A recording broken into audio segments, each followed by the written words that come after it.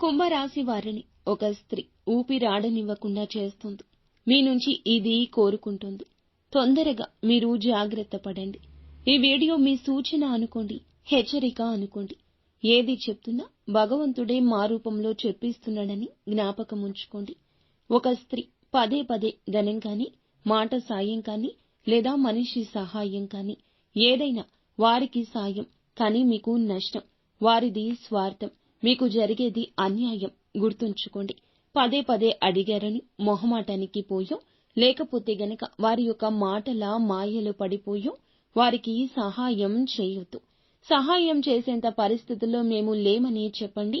లేదా మీ భార్యకు, లేదా మీ భర్తకు, లేదా తల్లిదండ్రులకు వారి యొక్క సమస్యను వివరించి పరిష్కారం చూపమని అడగండి.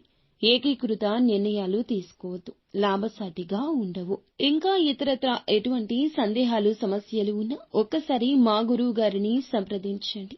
అంతా మంచి జరుగుతుంది.